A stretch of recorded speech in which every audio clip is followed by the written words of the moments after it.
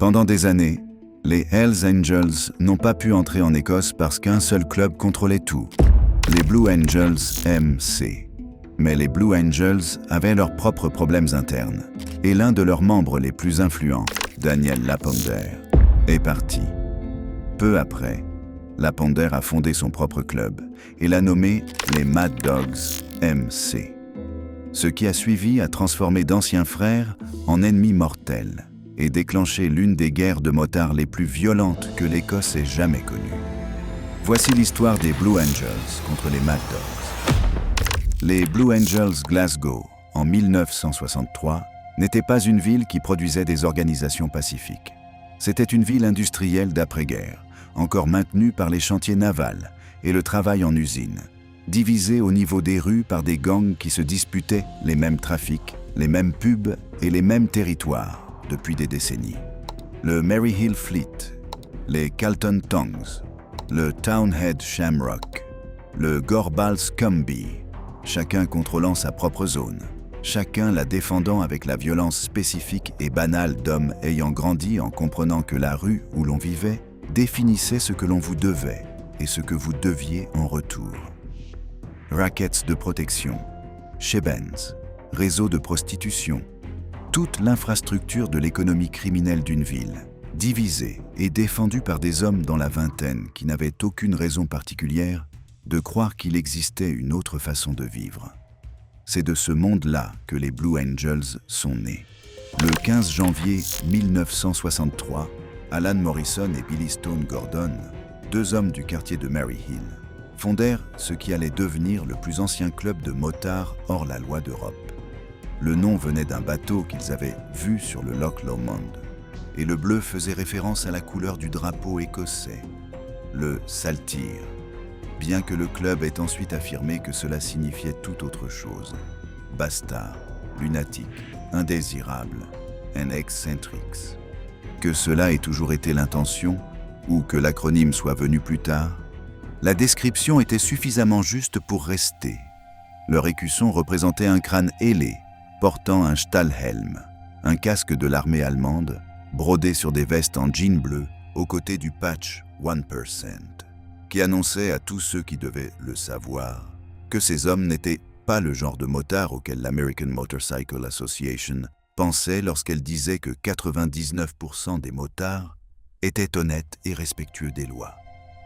Eux étaient l'autre 1%, et ils voulaient que tout le monde le sache.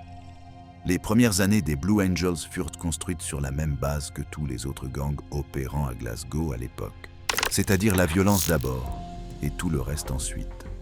Le club entra presque immédiatement en guerre contre les gang mods et les bandes de rue qui peuplaient la scène sociale de Glasgow au milieu des années 1960. Et ce qui rendait les Blue Angels différents dès le départ n'était pas le fait de la violence, mais son caractère spécifique et de plus en plus extrême. Des bagarres de bar que des témoins décrivaient comme dignes de John Wayne furent suivies d'attaques au cocktail Molotov contre des bars et des cafés. En septembre 1964, moins de 2 ans après la fondation du club, une bagarre massive impliquant des centaines de membres de gangs dans le centre-ville de Glasgow se termina par la condamnation à perpétuité d'un Blue Angel. Les membres de 2 gangs de rue rivaux, les Roadburners et les Gartham Lock Black Hawks, décidèrent ensuite qu'il valait mieux rejoindre les Blue Angels que continuer à les combattre. Et le club absorba les 2 groupes dans ses rangs. Ce fut la première leçon des Blue Angels sur la façon de faire grandir une organisation, gagner de manière suffisamment décisive pour que vos ennemis deviennent vos membres.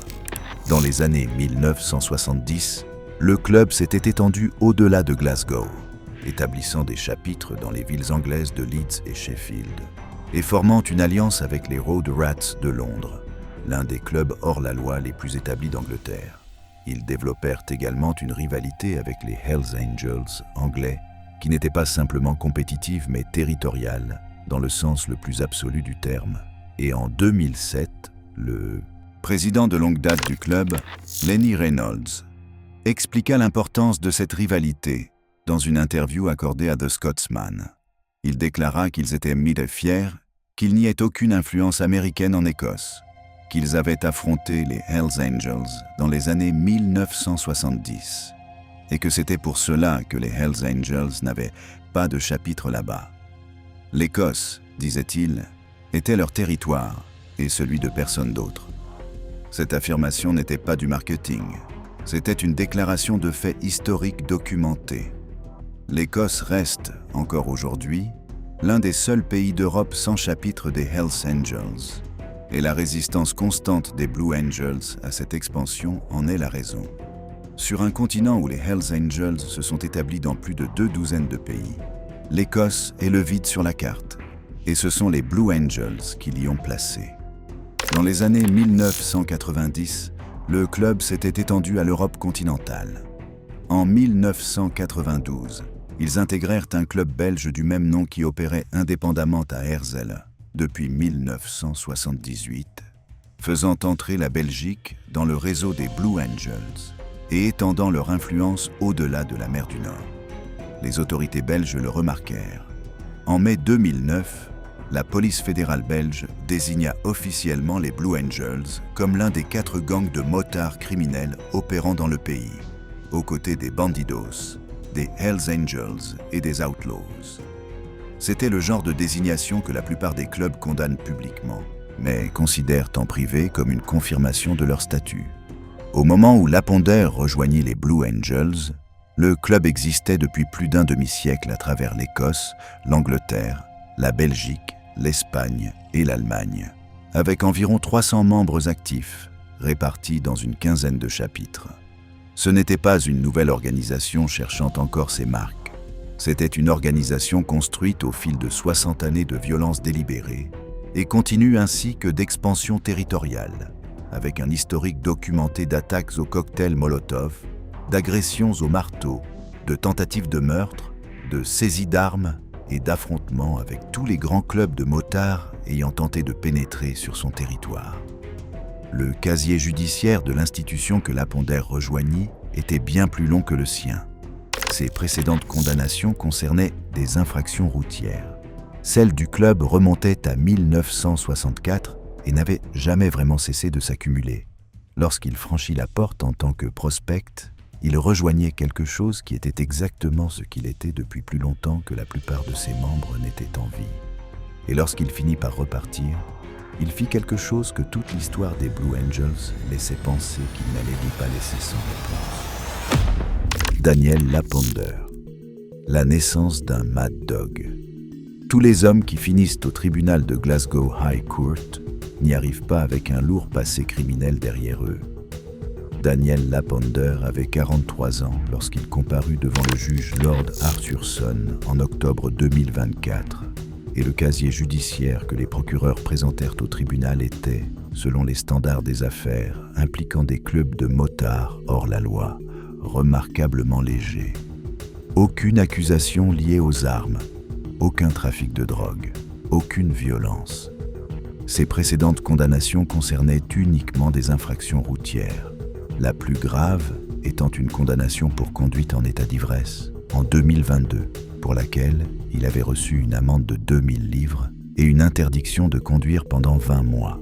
Ouvrier du bâtiment de profession, père d'un enfant, un homme qui avait vécu sur une péniche à Southbank Marina, à Kirkintilloch, East Dunbartonshire, et qui, jusqu'aux événements de 2024, avait réussi à maintenir la distance entre sa vie de club et le système judiciaire que la plupart des motards hors la loi essaient de préserver pendant toute leur appartenance.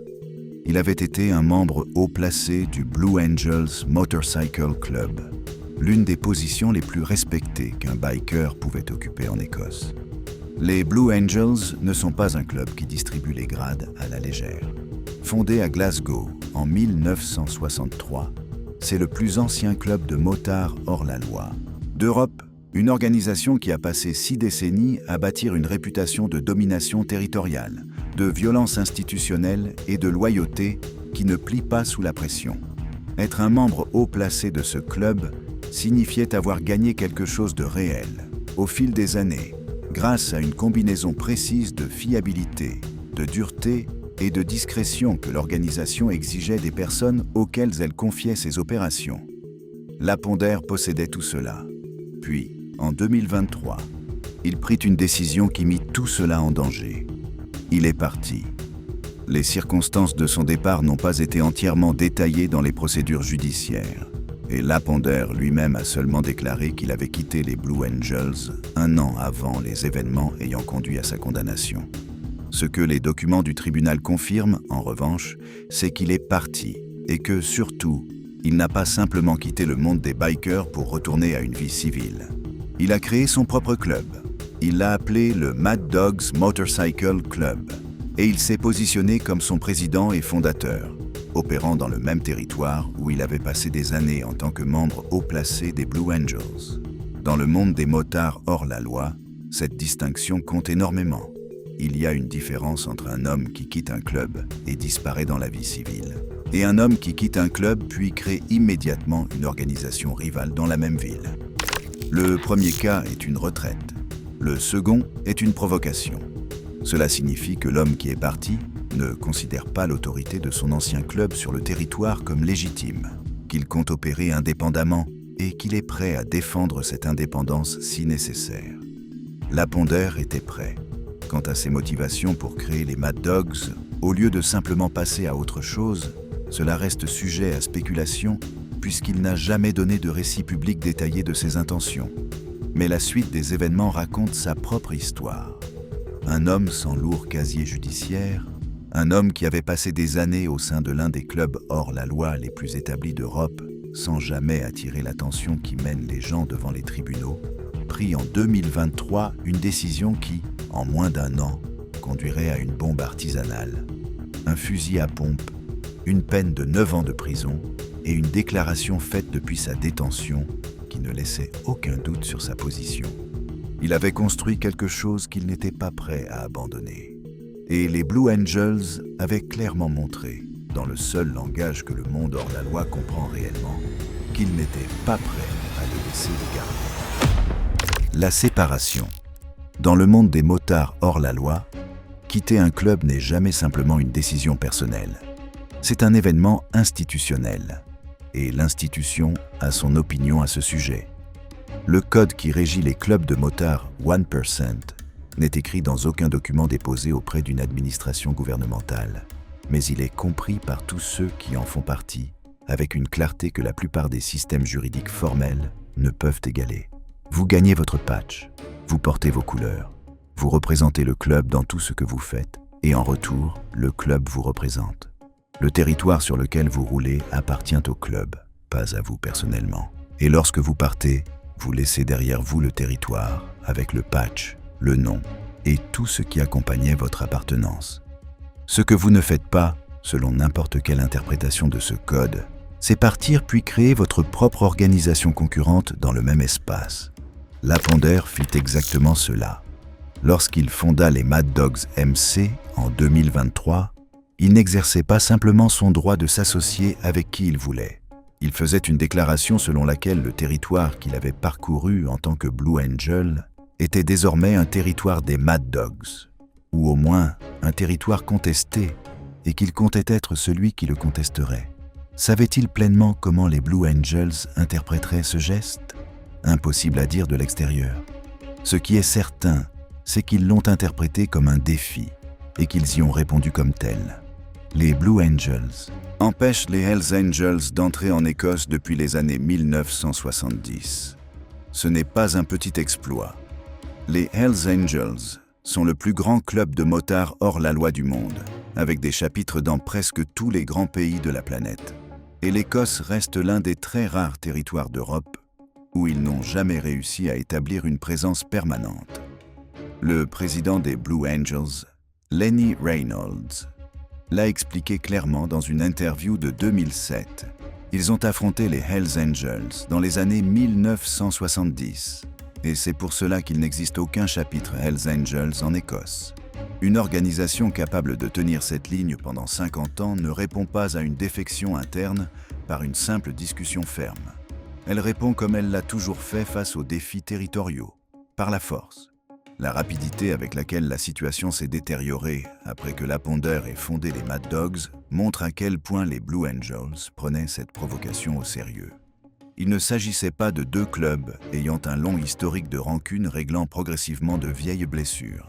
C'était une guerre qui est passée de zéro aux bombes artisanales en moins d'un an, ce qui signifie que la tension sous-jacente était extrême dès le moment où la Ponder annonça ce qu'il était en train de construire. Ses anciens frères avaient un problème précis avec ce qu'il avait fait, et ce problème n'était pas abstrait. Il était territorial, personnel, et c'était le genre de choses qui, dans le monde que les deux hommes occupaient, n'avait qu'une seule issue possible. Quelqu'un allait devoir céder, et aucun des deux camps n'était disposé à être celui qui le ferait. L'escalade. Les Blue Angels ont frappé les premiers. Ce détail est important parce que c'est précisément celui sur lequel la défense de la Ponder s'appuierait plus tard devant la Glasgow High Court.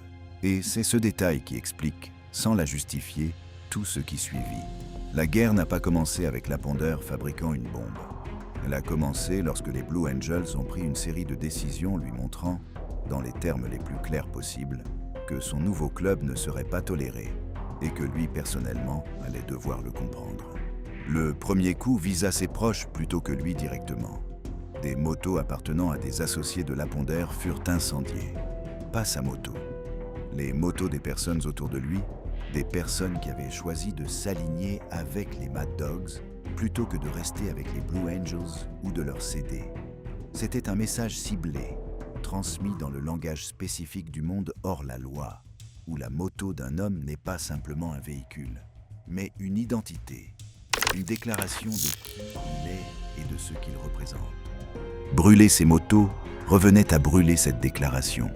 Cela disait aux associés de la Ponder que le prix à payer pour rester à ses côtés allait être réel, immédiat et physique. Puis ils sont venus chez lui. Un groupe de bikers des Blue Angels se rendit à l'adresse de la Ponder et le menaça directement de violence. Ils se présentèrent en personne, en nombre, à l'endroit où il vivait, et ils lui firent clairement comprendre ce qui arriverait si les Mad Dogs continuaient leurs activités. Pour un homme sans lourd passé criminel, sans condamnation pour violence, sans historique du type d'escalade qui caractérise les criminels de carrière, ce fut le moment qui changea tout. Son avocat, John Scullion, expliqua au tribunal que les événements qui suivirent avaient été commis en réponse à des attaques répétées, que l'intention de la Ponder avait été de mettre fin au conflit plutôt que de l'étendre, et qu'il assumait l'entière responsabilité de ses actes, tout en regrettant sincèrement l'impact qu'ils avaient eu sur sa famille et sur la communauté au sens large. Cette présentation des faits, selon laquelle la bombe était une réponse et non l'élément déclencheur, est importante pour comprendre comment la Ponder en est arrivé à la décision qu'il prit, parce que ce que montre la chronologie, c'est un homme qui avait subi des agressions de plus en plus fortes pendant des mois, qui avait vu les gens autour de lui être pris pour cible à cause de leur lien avec lui, qui avait été confronté chez lui, et qui avait conclu que le seul langage que les Blue Angels étaient prêts à entendre était celui qui égalait ou dépassait le niveau de force qu'ils avaient déjà utilisé. Lorsque les policiers l'interrogèrent après son arrestation, il ne nia pas ce qu'il avait fait et il ne prétendit pas que le contexte n'existait pas. Il leur dit de relier les points. Il déclara que son club était constamment attaqué. Il reconnut l'existence du détonateur à distance et le décrivit comme un coup de semonce, ce qui est le langage d'un homme convaincu d'avoir envoyé un avertissement plutôt que d'ouvrir un nouveau front.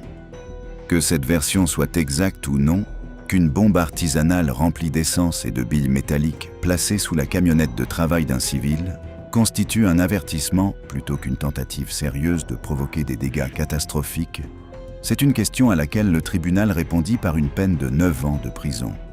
Mais l'escalade ayant conduit à ce moment était réelle, documentée, et présentée ouvertement devant le tribunal tant par l'accusation que par la défense sans véritable contestation. Les Blue Angels ont attaqué. La Ponder a répondu.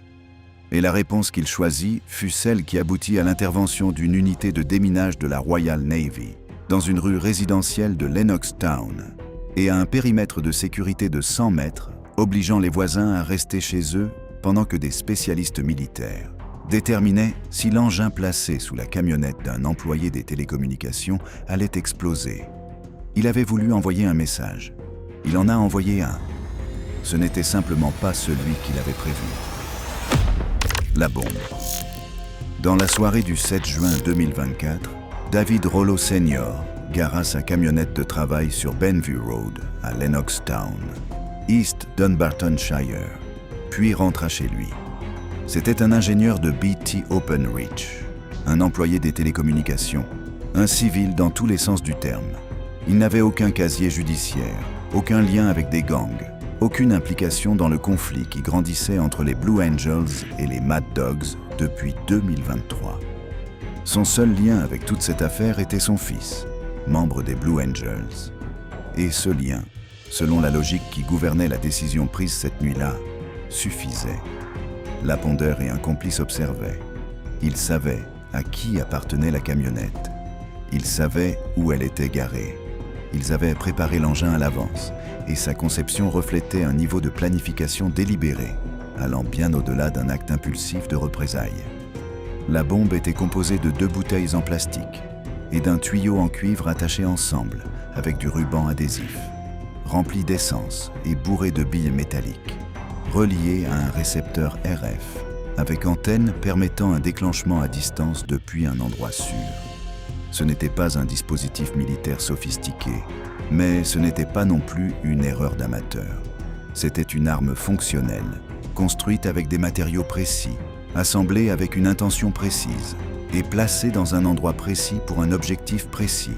Quelque temps après minuit, ils la placèrent sous l'avant de la camionnette puis partirent, ce qu'ils ne firent pas, malgré le fait de venir de déposer un engin explosif dans une rue résidentielle d'une ville écossaise.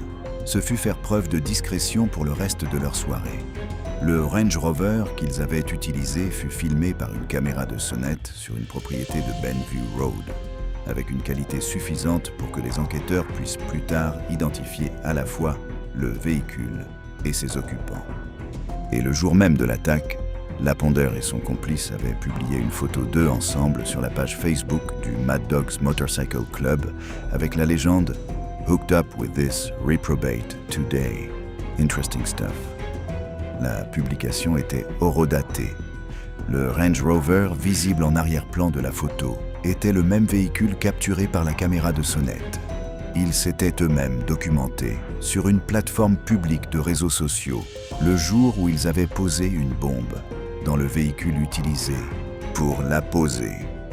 Aux premières heures du 8 juin, un pompier hors service fut informé qu'un véhicule était en feu sur Benview Road. Il se rendit sur place pour évaluer la situation et trouva la camionnette de David Rollo Sr. en flammes. Les secours arrivèrent et les pompiers découvrirent l'engin sous l'avant du véhicule, encore partiellement intact malgré l'incendie. Un incident majeur fut immédiatement déclaré. La police établit un périmètre de sécurité de 100 mètres autour de la scène et les habitants de Benview Road ainsi que des rues voisines furent évacués de leurs maisons en pleine nuit pendant que les autorités tentaient de déterminer l'ampleur exacte de la menace. L'engin fut neutralisé. Le périmètre de sécurité fut finalement levé. Les habitants regagnèrent leur maison. La camionnette de David Rollo Sr. était détruite. Et Laponder, à ce moment-là, avait déjà disparu. Il n'était pas allé bien loin. Il retourna sur sa péniche à South Bank Marina, à Kirkintilloch, à environ 8 miles de Lennoxtown, où il vivait, et il attendit. Pensait-il que l'attaque remonterait jusqu'à lui ? Impossible à dire. Ce qui est certain, c'est qu'il avait laissé suffisamment de preuves matérielles pour rendre l'enquête relativement simple, et que les enquêteurs trouvèrent ces preuves dans des endroits laissant penser que Laponder avait soit sous-estimé la trace médico-légale qu'il avait créée, soit qu'il ne se souciait tout simplement pas autant de dissimulation que la gravité de ses actes l'aurait exigé. La bombe avait été construite, la camionnette avait brûlé, la Royal Navy avait été appelée dans une rue de Lennoxtown. Et quelque part sur une péniche à Kirkintilloch, le président et fondateur du Mad Dogs Motorcycle Club attendait de découvrir ce qui allait suivre. L'enquête. L'enquête ne prit pas longtemps. Dans les affaires impliquant des criminels de carrière expérimentés, les traces médico-légales sont souvent minces, soigneusement gérées par des personnes ayant passé des années à apprendre ce que recherchent les enquêteurs et comment éviter de laisser des preuves derrière elles. Laponder n'avait aucune expérience de ce type. Ses précédentes condamnations concernaient des infractions routières. Il n'avait jamais traversé une véritable enquête criminelle, jamais été soumis au niveau d'examen médico-légal qu'impliquent les grandes affaires criminelles. Et les preuves qu'il laissa derrière lui reflétaient cette inexpérience dans presque chaque détail. Tout commença avec la page Facebook. Le Mad Dogs Motorcycle Club avait une présence active sur les réseaux sociaux, ce qui est déjà une caractéristique inhabituelle pour une organisation dont le président venait de poser une bombe artisanale dans une rue résidentielle. Les investigations policières menées dans les jours suivant l'incident de Lennoxtown conduisirent les enquêteurs vers le compte Facebook des Mad Dogs, où ils trouvèrent des photos de Laponder et d'un autre homme, debout à côté d'un Range Rover. Le même Range Rover avait été capturé par une caméra de sonnette sur une propriété de Benview Road, la nuit de l'attaque, avec une qualité suffisamment nette pour permettre une comparaison visuelle directe entre le véhicule des photos et celui visible sur les images. C'était la même voiture, la même plaque d'immatriculation, les mêmes caractéristiques distinctives. La publication Facebook horodatée le jour de l'attaque, celle avec la légende parlant de « hooking up with a reprobate » et de « interesting stuff ». Terre et son complice ensemble dans ce véhicule ce jour précis. Ce n'était pas tant une preuve circonstancielle qu'un enregistrement documenté de 2 hommes dans le véhicule utilisé pour commettre l'infraction, créé par ces mêmes hommes, le jour même où ils l'avaient commise, et laissé publiquement accessible sur une plateforme visible par toute personne disposant d'une connexion Internet. Puis vinrent les preuves physiques provenant de l'engin lui-même. Une analyse médico-légale de la bombe artisanale retrouvée sous la camionnette de Rollo Senior identifia des composants précis que les enquêteurs purent retracer tout au long du processus de fabrication. L'engin avait été assemblé avec du ruban adhésif et des bouteilles en plastique. Et ces 2 matériaux portaient des traces biologiques. L'ADN de Laponder fut retrouvé sur les bouteilles. Ses empreintes digitales furent retrouvées sur le ruban adhésif. La combinaison des preuves biologiques et physiques le plaçait non seulement près de l'engin, mais en contact direct avec les matériaux spécifiques utilisés pour le construire. Les enquêteurs exécutèrent ensuite un mandat de perquisition dans un garage associé au Mad Dogs Motorcycle Club. À l'intérieur, ils trouvèrent 2 systèmes de mise à feu à distance présentant des caractéristiques similaires au récepteur RF utilisé dans l'engin de Lennoxtown. Le même type de technologie d'activation à distance, retrouvé dans un lieu directement lié à l'organisation de Laponder, récupéré moins d'1 mois après l'attaque. L'implication était évidente. Le garage avait été utilisé dans le cadre de l'opération, et les systèmes de mise à feu trouvés à l'intérieur correspondaient à une capacité de construire et de déclencher d'autres engins si le premier n'avait pas produit le résultat souhaité. Le 3 juillet 2024, 25 jours après l'attentat de Lennoxtown, la police exécuta un mandat et remonta jusqu'à Laponder, sur sa péniche à South Bank Marina, à Kirkintilloch. Les agents approchèrent du bateau et prirent contact avec lui. Lorsqu'ils l'interrogèrent au sujet de la bombe, sa réponse fut celle qui serait relue plus tard devant le tribunal. « Reliez les points », leur dit-il. Son club était constamment attaqué. Le détonateur à distance fonctionne avec une télécommande. Peut-être était-ce un coup de semonce. Puis il leur parla du fusil à pompe. Sans qu'on le lui demande directement, Laponder informa les policiers qu'une arme à feu se trouvait à l'intérieur de la péniche. L'arme récupérée était un fusil à double canon juxtaposé à bascule, chargé, chambré pour des cartouches de calibre 12, avec un canon raccourci à une longueur le classant comme arme prohibée selon la section 5 du Firearms Act 1968 modifié. Un fusil à canon scié, chargé et prêt à l'emploi, conservé sur une péniche résidentielle dans une ville écossaise, par un homme qui venait d'être interrogé au sujet d'un attentat à la bombe artisanale. Le juge qui le condamna plus tard décrivit les circonstances de fond comme « quelque peu bizarres », ce qui représente ce genre d'euphémisme judiciaire mesuré qui n'est possible que lorsque les faits d'une affaire sont si solidement documentés qu'aucune exagération n'est nécessaire. L'ADN était là. La publication Facebook était là. Le Range Rover était là. Les systèmes de mise à feu étaient là. Le fusil à pompe était là. Et Laponder lui-même avait conduit la police vers la dernière pièce à conviction, semblant agir selon une logique où divulguer volontairement une arme à feu pourrait être perçu plus favorablement que de la laisser être découverte lors d'une perquisition. Ce ne fut pas le cas. Il fut placé en détention provisoire sur place, et l'affaire contre lui était, à partir de ce moment-là, pratiquement bouclée avant même d'avoir réellement commencé. Le procès et la condamnation. L'affaire contre Daniel Laponder arriva devant la High Court de Glasgow le 15 octobre 2024, et elle se résolut avec une rapidité reflétant à quel point les preuves avaient déjà accompli le travail de l'accusation avant même d'être officiellement présentées devant un juge. Laponder plaida coupable. Il n'y eut pas de procès au sens traditionnel du terme. Aucun jury délibérant sur des récits opposés concernant ce qui s'était produit et pourquoi. Il y eut une procédure de section 76 indictment, une procédure juridique écossaise permettant à un accusé de plaider coupable avant un procès complet, généralement en échange d'une certaine réduction de peine, et 2 accusations. La première était le willful fire raising, le terme juridique écossais désignant l'incendie volontaire et les infractions liées au feu, couvrant dans cette affaire la détonation de la bombe artisanale et la destruction de la camionnette de David Rollo Sr. La seconde concernait la violation de la section 5 du Firearms Act 1968, la possession illégale d'une arme prohibée, couvrant le fusil à canon scié retrouvé sur la péniche à Kirkintilloch. Il ne contesta aucune des 2 accusations. L'audience de condamnation qui suivit donna aux 2 parties l'occasion de présenter le contexte qu'un plaidoyer de culpabilité retire généralement d'un examen formel. La procureure Lauren Glancy, K.C., exposa les faits de l'attentat avec le type de précision méthodique que permettaient les preuves matérielles.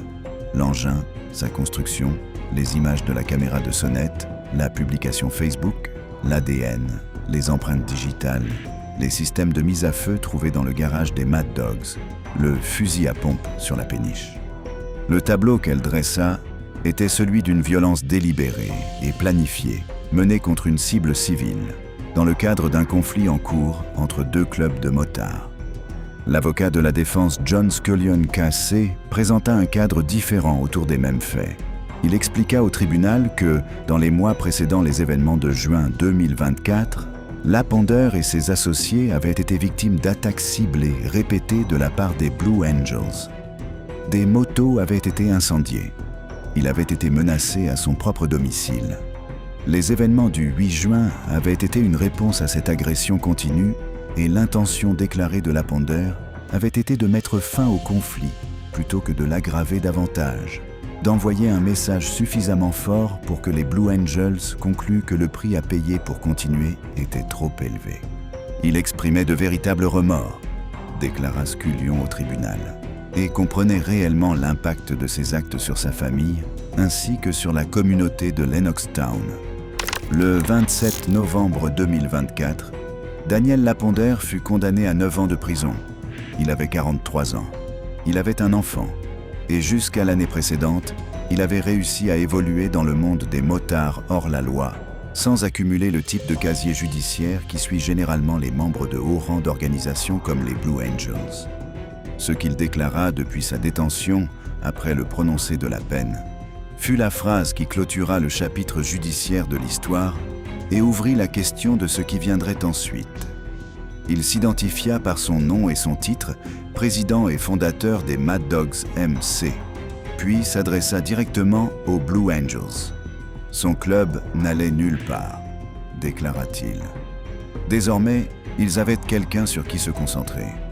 Bring it on. Il était plus que prêt. 9 ans, c'est long. Mais dans le monde des motards hors la loi, une peine de prison n'a jamais vraiment représenté la fin d'une histoire. Elle représente plus souvent une pause. L'homme qui envoya ce message depuis sa cellule le savait, et les personnes auxquelles il l'adressait le savaient également.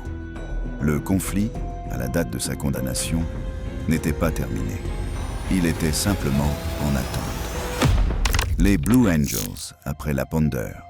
En septembre 2018, un membre des Blue Angels, nommé Ian Ewing, fonça avec sa voiture dans un groupe de bikers des nomades MC sur la route A98 près de Cullen, dans le Moray, en Écosse. puis descendit du véhicule avec des complices et les attaqua avec un marteau à griffes, un démonte-pneus et une batte de baseball. 4 hommes furent mal frappés. Colin Sutherland, âgé de 25 ans, perdit connaissance sur place. John Sutherland subit des blessures suffisamment graves pour provoquer une défiguration permanente. Edward Forrest et Nicky Sirat furent tous deux agressés au point de mettre leur vie en danger. L'attaque avait été menée en représailles à une agression subie plus tôt dans la journée par des membres des Blue Angels, ce qui la plaçait exactement dans le même schéma que le conflit Laponder. Une provocation, une réponse, puis une escalade mettant des personnes innocentes ou périphériques en grave danger physique. Ewing fut reconnu coupable en février 2020 de tentative de meurtre sur Colin Sutherland, ainsi que de 3 autres chefs d'accusation pour agression ayant causé de graves blessures et mis des vies en danger. Il fut condamné à 7 ans de prison en avril 2020. Il portait des vêtements arborant le nom des Blue Angels lors de son arrestation. Les insignes du club furent retrouvés dans sa voiture. Cette affaire, associée au conflit Laponder, révèle quelque chose de précis sur la manière dont les Blue Angels fonctionnent comme institution, plutôt que comme simple rassemblement d'individus prenant des décisions indépendantes. Le schéma n'est pas celui d'acteurs isolés perdant occasionnellement le contrôle. C'est celui d'une organisation répondant aux défis, qu'ils viennent de clubs rivaux ou d'anciens membres, par une force physique coordonnée et considérant la volonté d'utiliser cette force comme une valeur institutionnelle centrale, plutôt qu'une anomalie occasionnelle. Les Blue Angels ont maintenu cette posture institutionnelle pendant plus de 60 ans dans plusieurs pays, face à des adversaires allant des Hells Angels dans les années 1970 au Mongrel Mob à Leeds en 2018, jusqu'à un ancien membre haut placé vivant sur une péniche à Kirkintilloch en 2024. Les adversaires changent, la réponse, elle, ne change pas. Ce que l'affaire Laponder ajouta à ce dossier institutionnel, c'était quelque chose que les affaires précédentes n'avaient pas produit sous cette forme. Une cible civile. David Rollo Sr. n'avait aucune implication dans un club, aucun passé criminel, aucun lien avec les Blue Angels ou les Mad Dogs, en dehors du simple fait que son fils était membre. Il gara sa camionnette de travail devant chez lui, puis rentra à l'intérieur, et le lendemain matin, son véhicule était détruit et sa rue évacuée. C'est le prix précis de la proximité avec ce monde, sans en faire partie. Et c'est un prix que le tribunal aborda directement et sans ambiguïté dans ses remarques lors du prononcé de la peine. Quant aux Mad Dogs, le statut du club au début de l'année 2025 demeurait officiellement flou. Laponder était en prison. Son co-accusé dans l'attentat n'avait pas été publiquement identifié, ni inculpé au moment de la rédaction. La page Facebook du Mad Dogs Motorcycle Club, la même plateforme qui avait contribué à faire condamner leur président, restait active. Et la déclaration de Laponder depuis sa détention, celle qui se terminait par « Bring it on » et « I am more than ready », avait été adressée à un public comprenant parfaitement ce que cela signifiait et exactement ce que cela cherchait à provoquer. Que le conflit reprenne, qu'il se dissolve discrètement en l'absence de Laponder, ou qu'il soit simplement passé dans la clandestinité, comme cela arrive parfois lorsque les participants les plus visibles sont retirés de la rue, cela restait une question ouverte.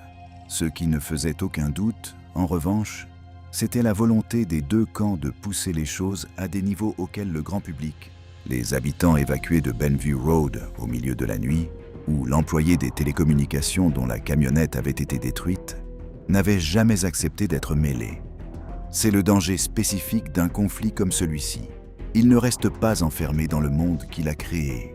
Il déborde dans les rues, les allées et les quartiers résidentiels. Et les gens qui y vivent ne découvrent son existence que lorsque la Royal Navy arrive pour neutraliser quelque chose qui n'aurait jamais dû se trouver là au départ. Les conflits les plus dangereux ne sont pas toujours ceux entre organisations internationales se battant pour des territoires de drogue à travers plusieurs continents.